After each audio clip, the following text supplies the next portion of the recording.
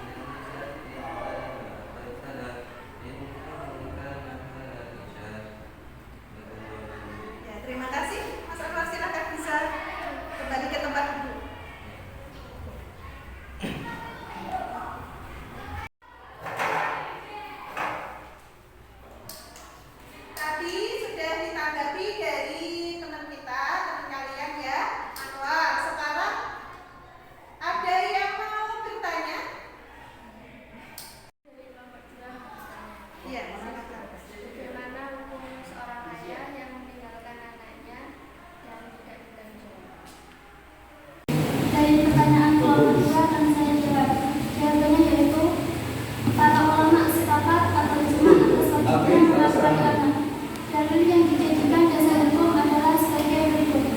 Allah dalam Al-Quran surat Al-Baqarah surat 25 ayat ke-6 berfirman, A'udzubillahi minasyaitonir rajim. Bismillahirrahmanirrahim. Wa in amda'na lakum fa'amilukum na'amilukum. Sadaqallahu alazim. Dalam ayat di atas, Allah mewajibkan seorang ayah untuk memberi upah kepada istrinya atas pemberian ASI atau air susu ibu kepada anaknya, karena menafkahi anak itu kewajiban ayah. 1. Wajib menafkahi apabila anaknya miskin. Ibnu Al-Munzir berkata dalam Al-Mughni, ulama sepakat atas wajibnya menafkahi anak yang tidak memiliki harta. Dan yang kedua, tidak wajib menafkahi apabila anaknya mampu.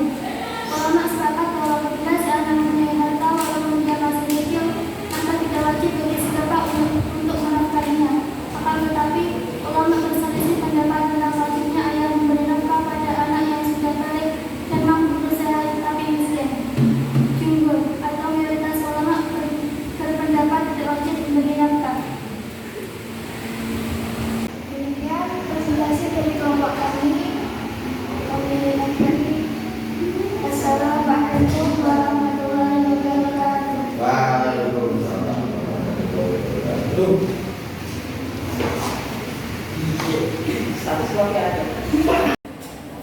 Untuk pembelajaran hari ini, kesimpulannya kita dapat memahami apa itu mahram ya. Mahram ada 3, apa saja tadi?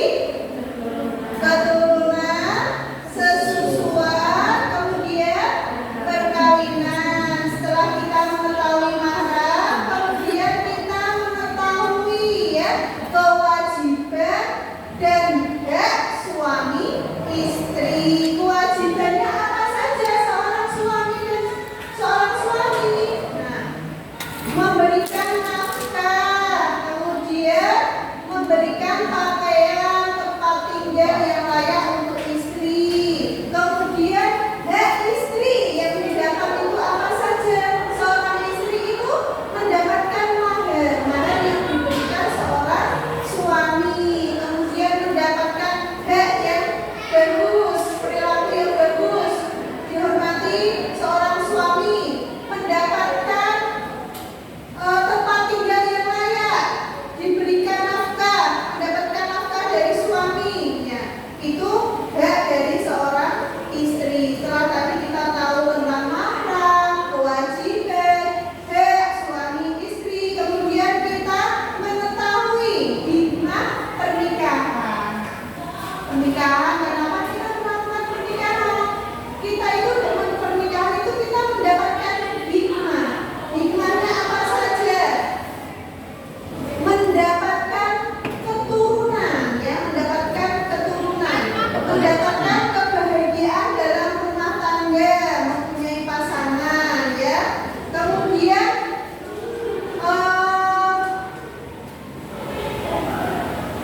dapat menutupi dari perilaku yang menyimpang ke seksual, karena kita punya pasangan suami istri, jadi kita tidak akan melakukan perbuatan maksiat karena kita sudah mempunyai pasangan. Untuk hari ini pembelajaran untuk mengetahui ketercapaian pembelajaran hari ini, Bu Nafi akan melakukan refleksi ya. Refleksi ini kita menggunakan LKPD Google Form yang sudah Bu Nafi share di grup kelas. Silakan